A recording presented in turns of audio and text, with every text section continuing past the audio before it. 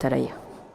Thank you RBA to visit us. This is Ahishakiye Samuel atuye mu mujyi wa Kigali aho akorera akazi ko kuvunja amafaranga yifashishije ikoranabuhanga online forex trading. Ukibona arako byanditse pound n'amadolari.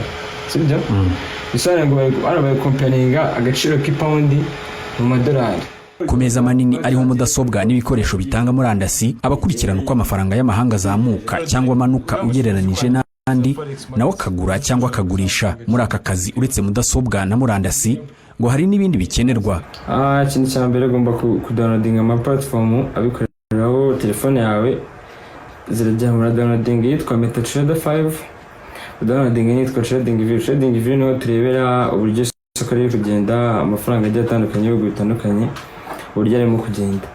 Noneho muri MetaTrader 5 niho dukorera buy na sell, niho tugurira amadolari amakanesi atandukanye.